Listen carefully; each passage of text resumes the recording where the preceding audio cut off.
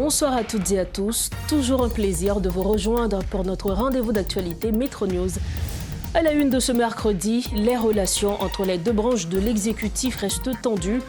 Malgré les explications des uns et des autres, le Premier ministre Gary Coney appelle le Conseil présidentiel à prendre des mesures, notamment à l'égard des conseillers inculpés dans l'affaire de corruption de la BNC pour débloquer la situation. Des déplacés occupant des établissements scolaires ont été relogés dans d'autres bâtiments de la capitale, a indiqué le ministre de l'Éducation nationale Antoine Augustin. Selon lui, cela facilitera le retour en classe des élèves affectés par l'insécurité. Également, au titre de ce mercredi, Donald Trump devient le 47e président des États-Unis à l'issue du scrutin de mardi. Alors que le président du CPT, Leslie Voltaire, salue la victoire du candidat républicain, les habitants de la capitale haïtienne expriment des avis partagés sur les répercussions potentielles de ces élections pour Haïti.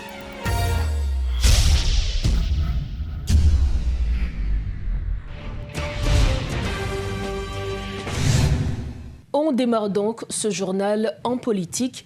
La demande du Premier ministre Gary Coney au CPT de lever les obstacles entravant la tenue des conseils des ministres depuis près de 3 semaines, en raison notamment de scandales impliquant 3 membres du Conseil, a suscité de vives réactions.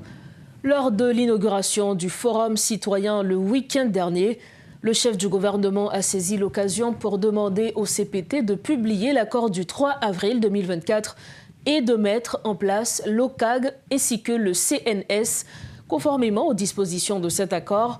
Pour analyser les points soulevés par le Premier ministre lors de ce forum, nous recevons le professeur Rony Desroches de l'Initiative de la société civile. Monsieur Rony Desroches, bonsoir. Toujours un plaisir de vous recevoir. Bonsoir Rose Berline, bonsoir aux téléspectateurs et téléspectatrices de Télémétropole. Environ 3 semaines depuis que les conseils des ministres n'ont pas eu lieu.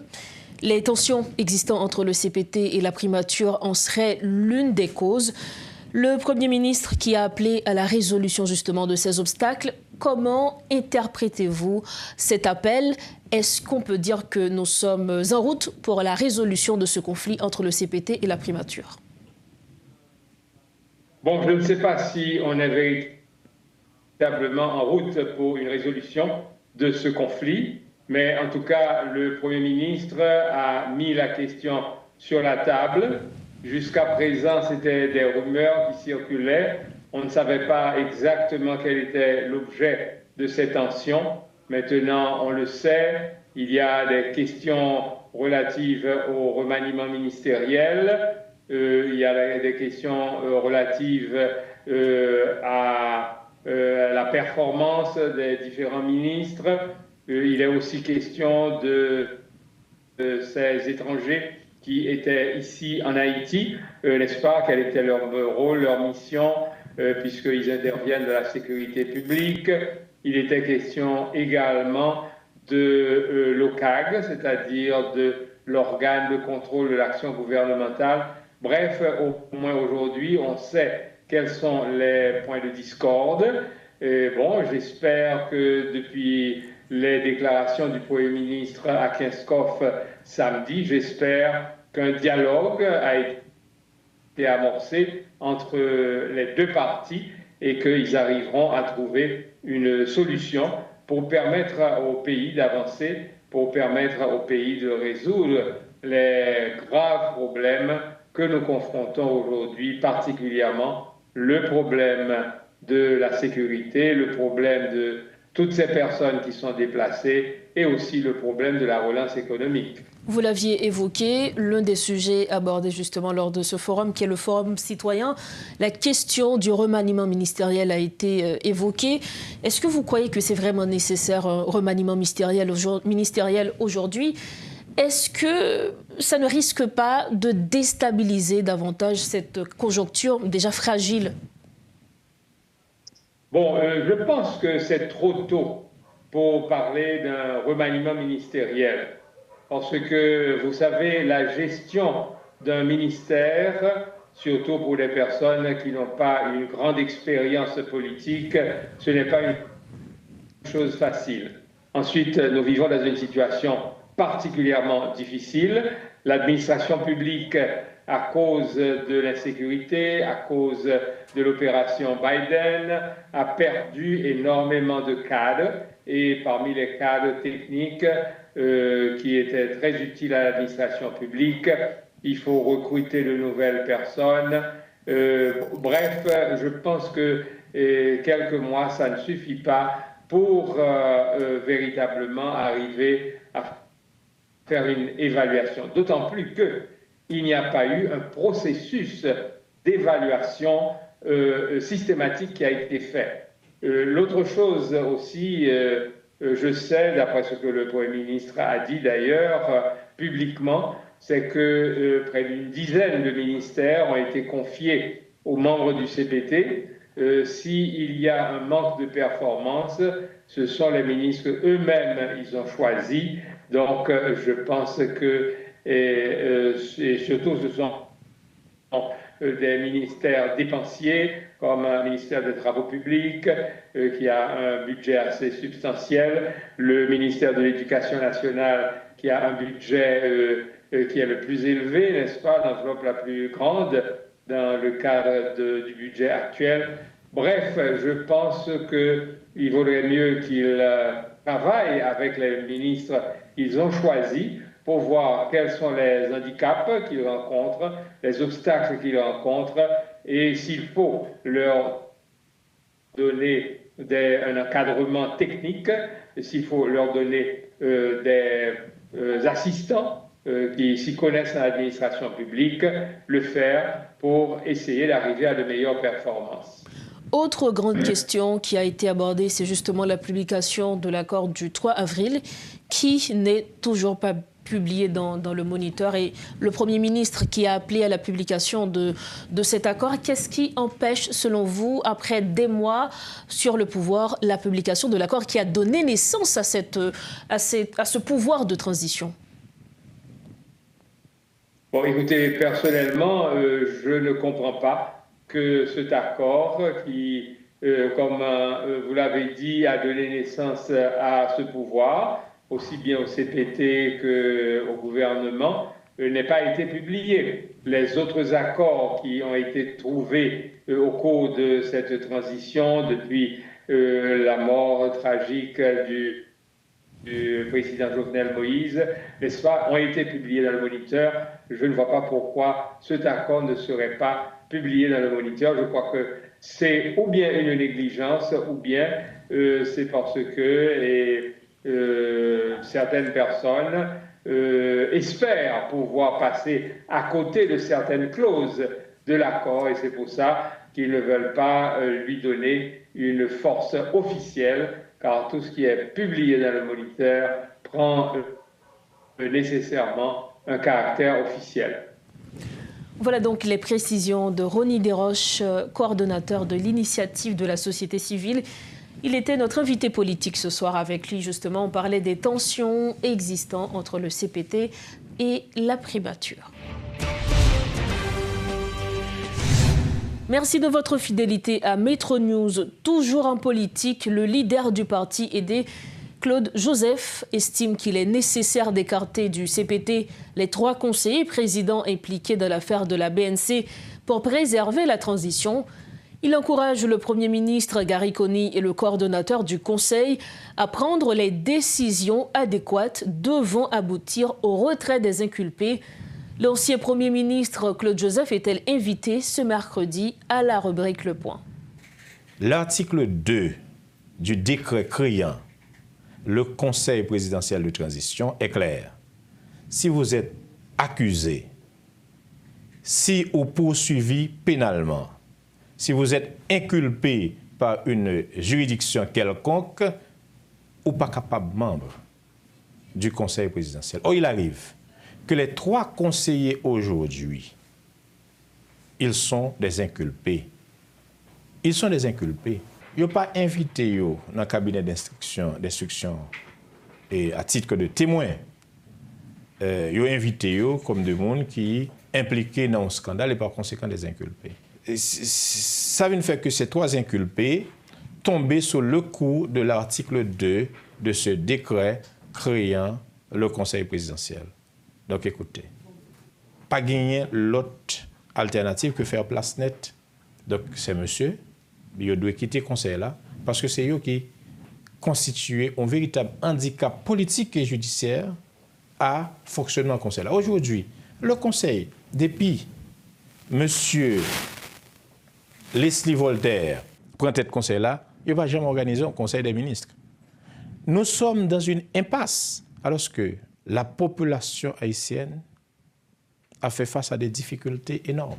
Insécurité, grand goût, misère. Il y a plus que 5 millions de monde qui ont une insécurité alimentaire. Moun ap mouri pour sonder, moun ap mouri solino, mais conseil là, il aurait été dans une protection de trois monde qui inculpés, en violation avec la justice. Donc, il faut faire quelque chose. Il faut faire quelque chose. Il faut nous débloquer le conseil là. Et il revient aujourd'hui au coordonnateur du conseil présidentiel, M. Leslie Voltaire, au Premier ministre Gary Coney, qui déjà lui-même lui demandé conseil là pour agir, pour organiser la mise à l'écart de ces trois conseillers inculpés dans le scandale. Je ne pas dire qu'ils sont coupables, attention. Je ne pas dire qu'ils sont coupables. Je reconnais que la présomption d'innocence sont toujours là. D'accord? Ils sont dans le cabinet d'instruction, évidemment. Mais malheureusement, ils sont tombés sur le coup de l'article 2, qui dit soit inculpé ou accusé, si vous poursuivez pénalement, ou pas capable d'un conseil là. Non, ça c'est donc, avant. Bon décret qui crée conseil là, c'est le décret 12 avril là, mais bon décret lui-même, c'est le décret 29 mai qui lui-même porté au portant organisation et fonctionnement du conseil. Donc lui-même tout dit, si on conseiller trouve non situation côté que lui enfreint la loi, secteur qui veut la demander de démissionner remplacer. Donc c'est gain un ensemble de corpus juridique, de normatif pour fonctionnement, création conseil là. Donc ils font seul. Donc je dis il faut reconnaître que ça vous dit là, c'est pas si ou t'es volé. Il dit si pendant avant ou des vols pas rentrer, mais sur là dans le volet tout, il faut qu'on sorti. On pas jamais dit qu'il est coupable. C'est à la justice de faire son travail. Mais je demande à ces trois conseillers de ne pas entraver le travail de la justice. Autre grande question, les préparatifs pour les élections dans le pays. Bien que le Conseil électoral provisoire soit incomplet en raison de l'absence des représentants des secteurs des femmes et des droits humains, les 7 conseillers installés il y a environ 3 semaines ont déjà commencé à prendre des initiatives. Selon Jacques Desrosiers, trésorier du Conseil électoral provisoire, environ 45 millions de dollars sont disponibles dans le Basket Fund pour lancer le processus électoral et des rencontres sont en cours avec des partenaires internationaux. L'absence des 2 autres conseillers pose un problème, surtout lorsque le quorum est nécessaire pour prendre des décisions, a précisé le représentant de la presse en répondant aux questions de Rodolphe Pierre-Louis lors d'une visite à Radio-Télé-Métropole. Rapidement, environ 1 mois après installation conseil électoral provisoire là, journée jodian, dans qui phase conseil électoral là, il y a quatre missions, il faut souligner que nous avons rendre public qui ont communiqué, mais mis à part communiquer ça, dans qui phase conseil électoral là, il y a journée jodian. On dit que le conseil électoral là, a arrêté qui nommé 7 membres sur 9 membres qui conseil de gagner, il dit que il y a 2 principales missions. Première mission, c'est organiser un référendum pour une nouvelle constitution. Et deuxièmement, c'est organiser les élections générales. Ça qui veut dire que le travail doit commencer avec le référendum. Donc, nous prêtons serment et puis installer le 18 octobre. Immédiatement, nous mettons notre travail. Nous voyons ça qu'on faire, c'est constituer un bureau pour gérer le conseil. Donc, nous faisons les constitutions du bureau pour gérer le conseil. Et puis, deuxième travail là, c'est par rapport à la mission que nous avons, c'est prendre connaissance des dossiers techniques et administratifs du conseil que nous faisons. Et troisième étape là, que nous recevons un inventaire de cadres consulatés élaborés pour conseiller là, pour conseiller un inventaire sous système électoral haïtien que actuellement là, c'est sous lui n'a réfléchi pour que nous statuions sur lui par rapport avec échéance que nous gagnons. Toute échéance que nous gagnons une échéance pour que début année 2026 là, pour gagner un président qui est lui qui est installé, pour gagner une nouvelle législature. Pour personnel politique là, l'y installé. Justement, nous arrivé sur point échéance là, mais avant, si nous avons considéré que le conseil électoral là supposé gagner 9 membres, et je ne dis là, il gagne 7, et 7 là, il installé, et conseil là, lui-même, il gagne temps à travail, est-ce que dans différentes dispositions, des décisions que le conseil là, a adoptées, donc le fait que manquer 2 membres, ça n'a pas empiété le travail, non? Le règlement intérieur qui est conseil là, il dit que toute décision qu'a pris le conseil, elle prend 2 tiers de ses membres. C'est-à-dire 2 tiers de 9, c'est 6 membres. Actuellement, nous sommes à 7. C'est-à-dire que nous, 7 membres-là, nous sommes capables de prendre décision pour le conseil, même là que les vides fragiles. Les fragiles. Parce que nous venons de comprendre, nous avons 6 membres dans la réunion pour prendre décision et nous sommes à 7. Ça va veut dire que 2 membres ne sont pas importants. Non. Mais toujours une possibilité pour 2 membres. L'important pour 2 mounios venir et que nous attendons 2 mounios pour venir pour renforcer nous pour nous continuer à faire travail. Justement, parce que là, c'est là que d'après l'arrivée, on souhaite souligner que d'ici 2026, si Dieu veut, il faut gagner un président qui est élu. Nous gagnons 2 travaux cruciaux et objectifs, à savoir référendum et élection. Maintenant, est-ce que limite là 2026 n'a bien temps atteindre objectif ça, réaliser les élections et remettre pouvoir à un président élu? Est-ce que petit temps qui était à là n'a bien temps réaliser à la fois référendum et les élections? Et 7 février 2026 là, l'État a doué un choix. L'État a doué une obligation. C'est ça fait que équipe technique conseil là, tout cadre dans le conseil là qui ne concerne pas question ça, il y a travail sur comment et qui façon pour nous arriver pour nous respecter échéance ça. Mais on connaît que nous gagnons échéance que nous devons respecter, c'est 7 février 2026 pour un président.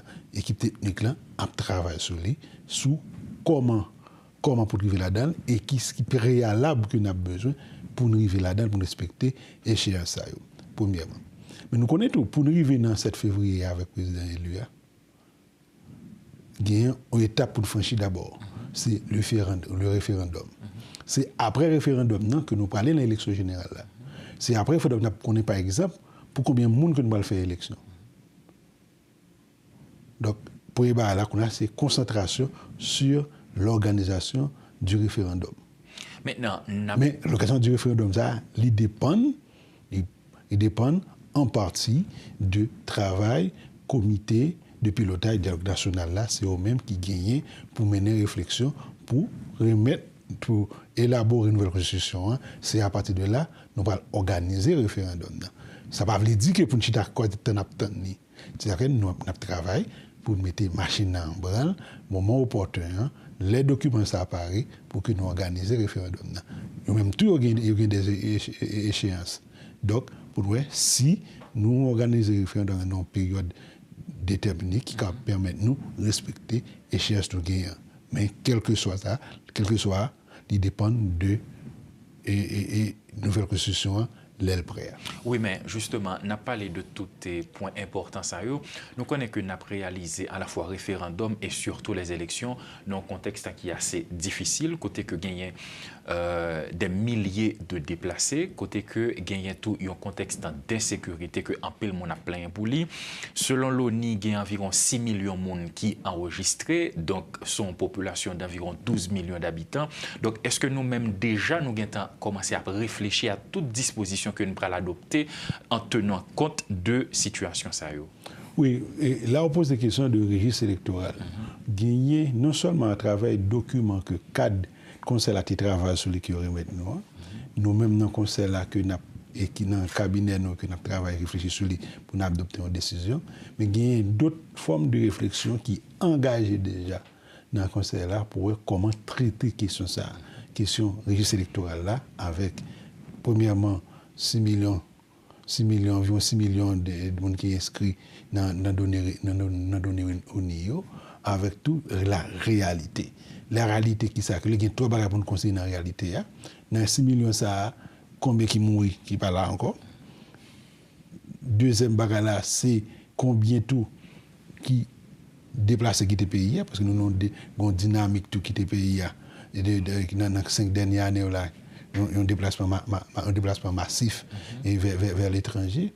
Et troisième réalité, c'est la réalité des gens qui déplacent, qui étaient zone côté au tableau. Donc, toute réflexion qu'a faite sur la question électorale là, il doit tenir compte de 3 facteurs et qui peuvent permettre nous comprendre comment que nous gérer la question ça.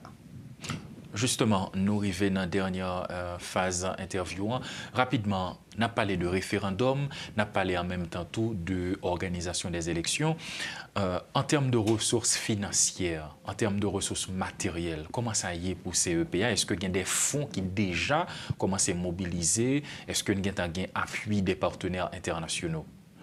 Nous commençons à recevoir visite partenaires internationaux que nous avons discuté avec eux. Mais il faut dire que le financement, activité conseil électoral là, ou activité élection, il vient de 2 provenances. Premièrement, il y a le budget de la République qui finançait le fonctionnement du conseil. Et il y a les opérations électorales qui financent à travers un basket fund que le NUDAP gère. Ça, qui a une contribution l'État ici là-dedans, il y a l'autre partenaire qui va le porter appui parlant dans le basket fund. Donc c'est 2 côtés que le financement aux questions élections sorti ici.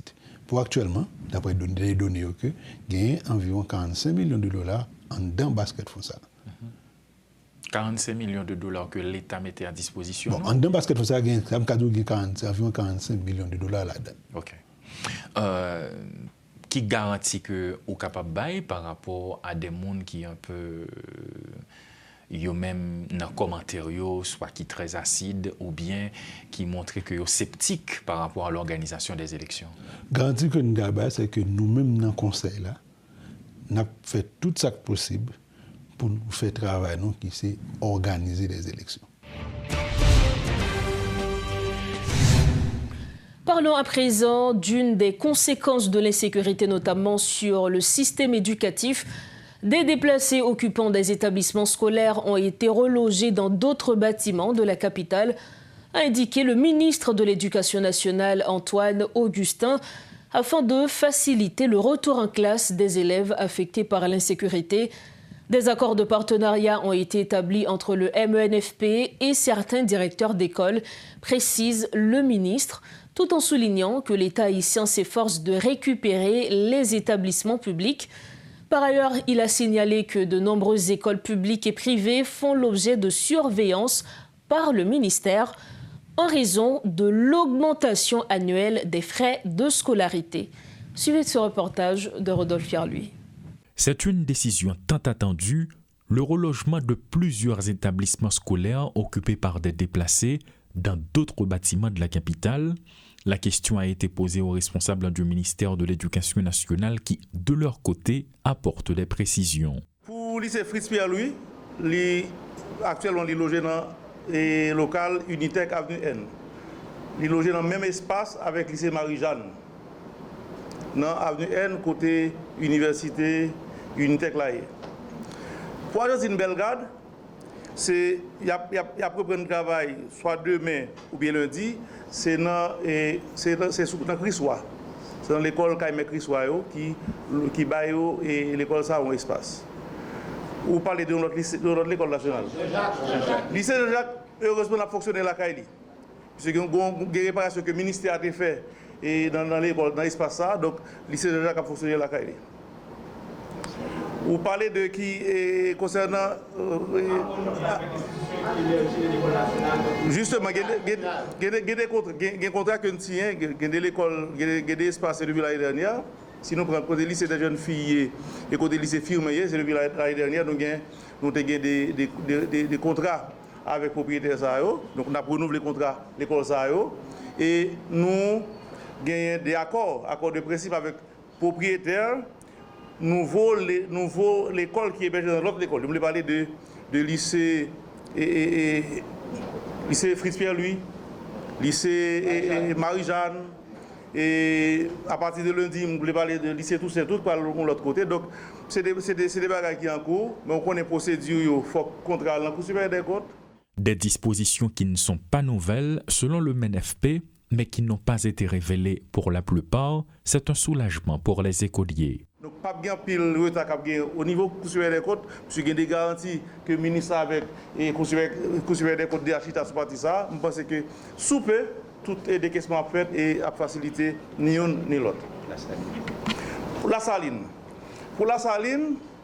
pour lycée La Saline, on va parler de deux bagages. Pour lycée La Saline, son lycée qui a fonctionné depuis octobre. Heureusement, depuis octobre, il a fonctionné dans le local que nous louons pour lui tout. Mais dans La Saline, il y a deux écoles. Il y a la Salésienne, l'école salésienne qui commence à fonctionner. Et il y a Saint-Jean-Bosco, l'école nationale Saint-Jean-Bosco qui, en dedans, espace, les gens ne sont pas déplacés. Ils ont des travail malgré conditions difficiles, mais l'école travaille La Saline. Ni Salésienne, ni Saint-Jean-Bosco. Lycée Jacoumet, son lycée qui a fonctionné depuis octobre, puisque. Alors, son lycée n'a pas jamais bloqué tout. Tout pendant la période était difficile. Lycée Jacoumet, toute l'année 23-24 a fonctionné normalement.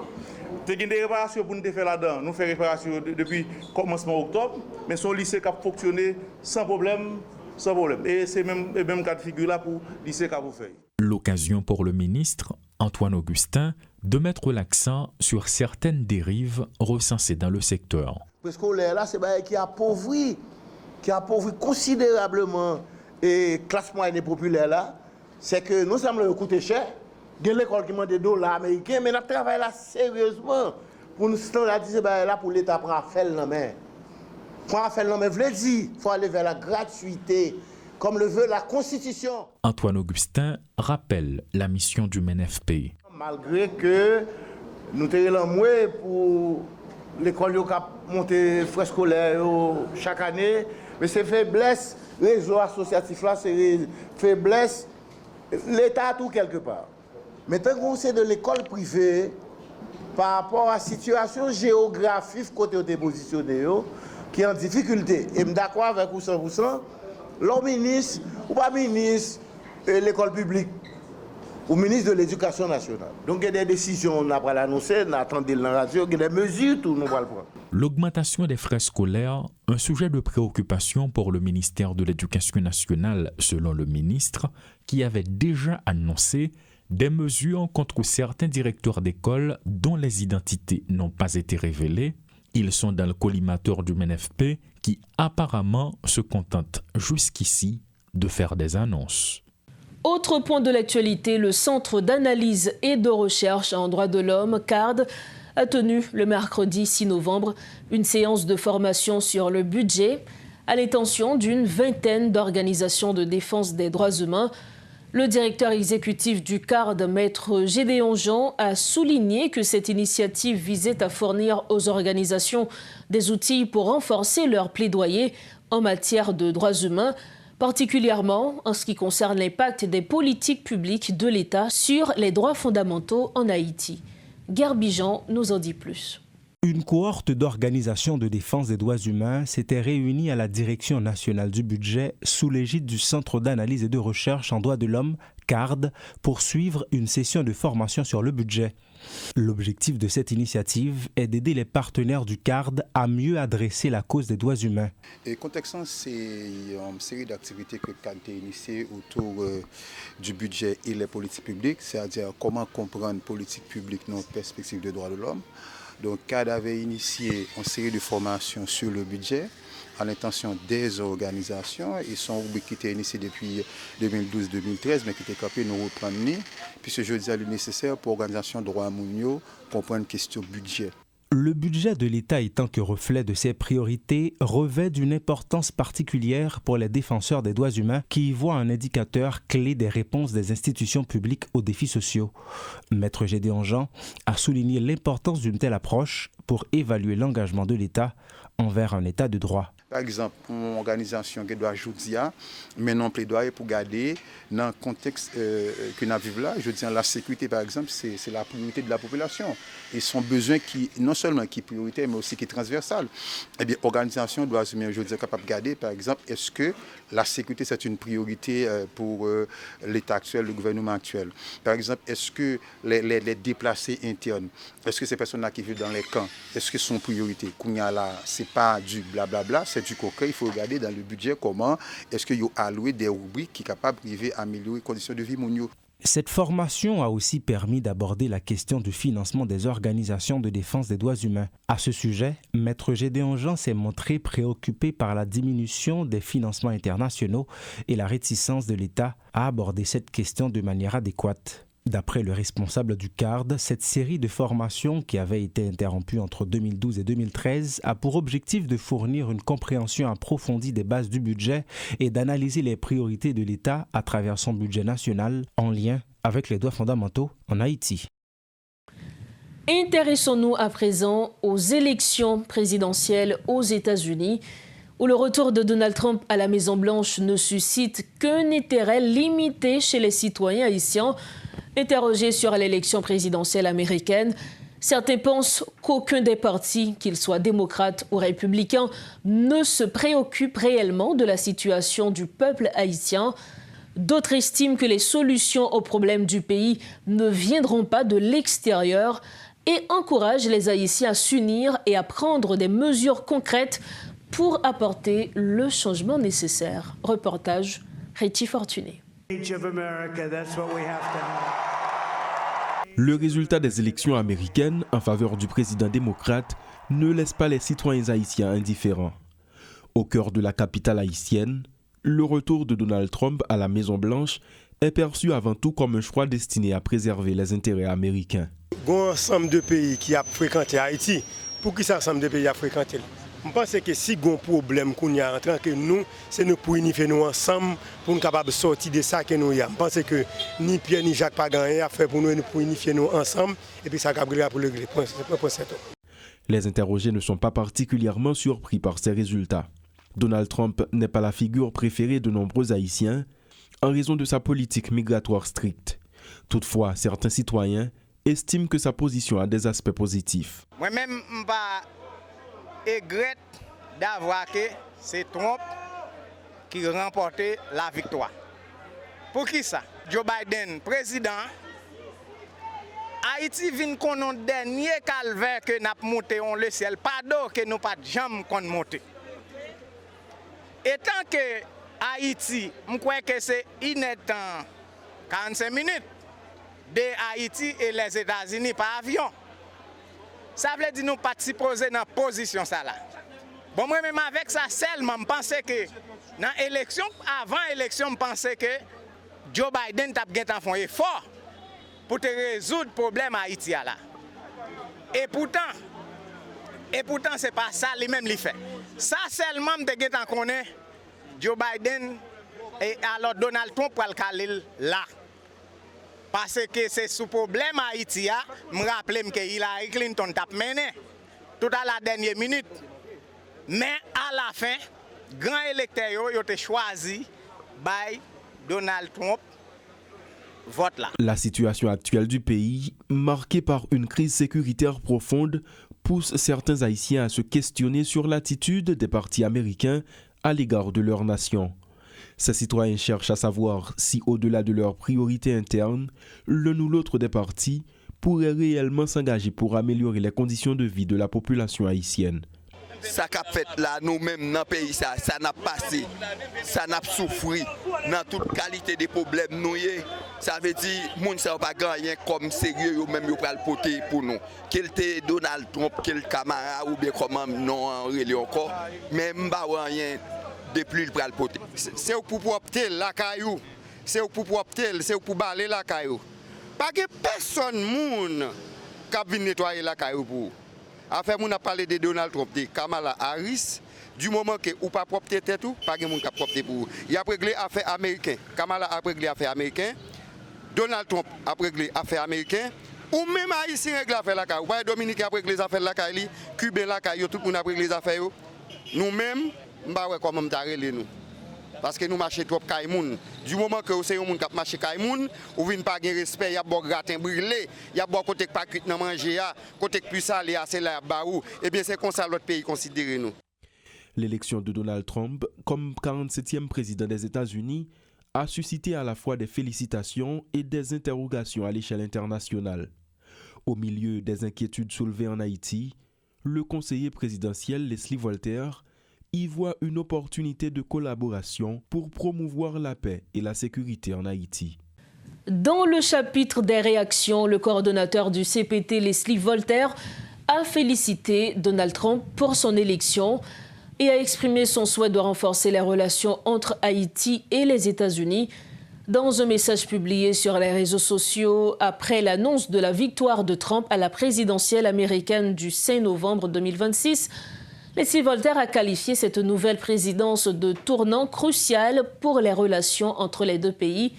Félicitations au président élu Donald Trump.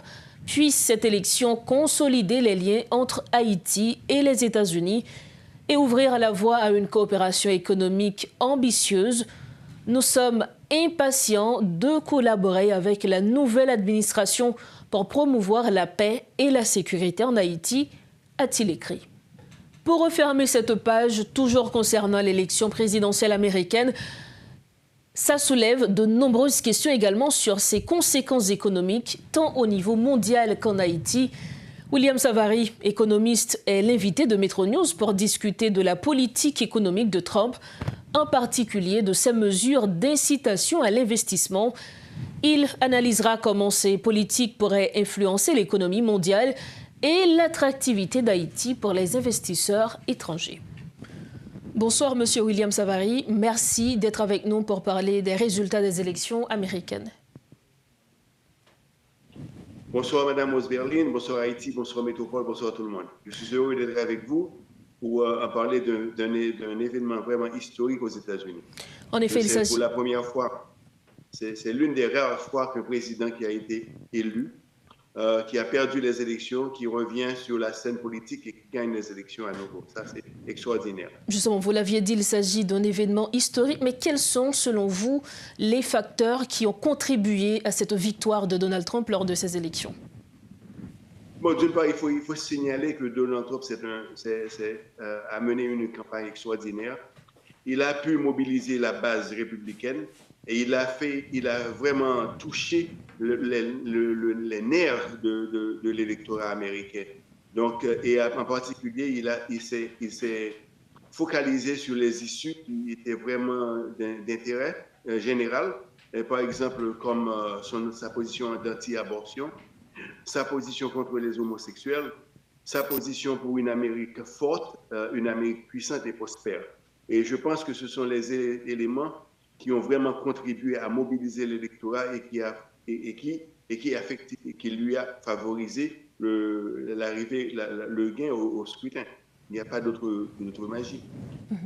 Alors, nous savions que lors de sa campagne électorale, plus d'un craignait justement une victoire de Donald Trump, notamment certains Haïtiens, à cause des menaces qui ont plané sur ces Haïtiens. Mais voyons donc les changements qui peuvent avoir dans les relations entre Haïti et les États-Unis, notamment sur le plan économique, avec justement cette victoire de Donald Trump. Bon, vous avez mentionné la position des Haïtiens qui avaient beaucoup de crainte. Il faut tout de suite adresser ceci parce qu'il faut signaler que Donald Trump n'est pas un gars qui est anti-immigration, contrairement à ce que disent les gens. Il ne faut pas oublier que sa femme est une immigrante. Son colistier, la femme de son colistier est un enfant d'immigrant. Et c'est quelqu'un qui voudrait que les gens qui acceptent ou qui consentent de venir, qui consentent d'émigrer vers les États-Unis, le fassent légalement. C'est-à-dire, il ne voudrait pas que les gens s'accumulent, se rassemblent sur les frontières du Mexique et puis arrivent aux États-Unis de façon illégale. Alors, ils deviennent vraiment, selon lui et selon la politique des républicains, un poids lourd pour l'économie américaine. Et ça se comprend parce que là, ils pensent qu'avec l'arrivée des immigrants illégaux, qu'il y aura une pression sur l'économie américaine, il y aura une pression sur les services de santé, une pression sur le logement, une pression sur les services publics. Donc, ils ont une logique très, très particulière qui justifie l'opposition de l'immigration. Et aussi, il y a une chose très importante, c'est qu'aux États-Unis, il y a ce qu'on appelle la politique démographique. Ce sont des gens qui auraient préféré adopter la politique démographique nataliste. C'est-à-dire que la croissance de la population devait dépendre de la naissance des citoyens américains aux États-Unis. Et alors que dans certains pays, la politique démographique vise à la facilitation de l'immigration pour augmenter la population et augmenter la force de travail. Donc, ce sont deux positions totalement opposées et qui ont chacune leur mérite. Donc, parler de la politique américaine de l'immigration sans faire allusion aux raisons pour lesquelles ils sont contre l'immigration illégale, c'est ne pas leur faire justice. Maintenant, que peut-on attendre justement sur le plan économique pour les relations entre Haïti et les États-Unis, notamment en considérant le plan économique de Donald Trump? Comment ce plan pourrait affecter Haïti? Bon, premièrement, il y a divers éléments dans le plan de ce que propose M. Donald Trump, le président élu Donald Trump. Il y a d'abord la notion des tarifs, où l'administration Trump propose de mettre des tarifs contre les produits qui viennent des États-Unis, plus particulièrement de la Chine. Il y a ce qu'on appelle le Most Favored Nation status, qui est le droit dans le commerce international, où tous les pays sont appelés à payer les mêmes tarifs sur leur exportation vers les marchés américains. Donc, Donald Trump menace il dit qu'il va carrément éliminer ce statut pour la Chine, ce qui va automatiquement lui permettre de mettre des tarifs sur les produits qui arrivent de la Chine. Maintenant, il faut comprendre qu'il veut éliminer les tarifs, c'est parce qu'il veut protéger le marché américain, mais c'est aussi parce qu'il veut incentiver les industries à venir s'installer aux États-Unis. Parce que les industries qui veulent vendre sur le marché américain, s'ils veulent éviter les tarifs, qu'ils viennent s'installer aux États-Unis, créer les emplois aux États-Unis, investir aux États-Unis. Maintenant, pour ceci, en contrepartie, il leur promet de réduire les impôts que ces gens-là ont à payer sur leurs gains, sur leurs profits nets. Donc, c'est-à-dire que les taxations seront réduites de 25 ou 28% à 15%. Donc, c'est une négociation qui se fait. Donc, ça, maintenant, ça, c'est la première chose. Maintenant, Haïti pourrait se servir de ceci comme exemple et, par exemple, négocier certaines notions, certaines des avantages fiscaux que Haïti donne à ses entrepreneurs. Par exemple, vous avez la situation de la franchise douanière.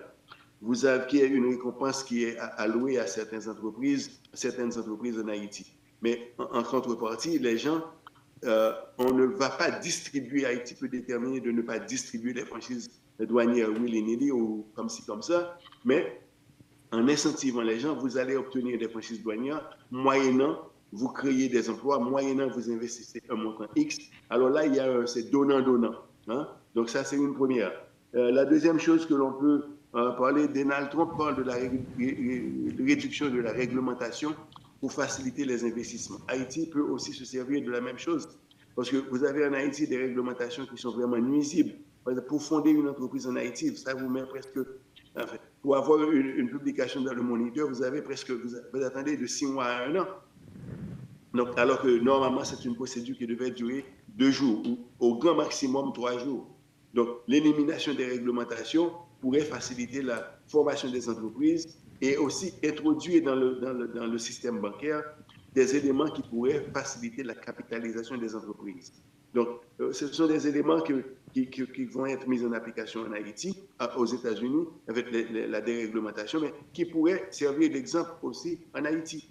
Justement, Trump pourrait bien décider de réduire ou de modifier les aides ou investissements en Haïti, notamment avec la mission multinationale.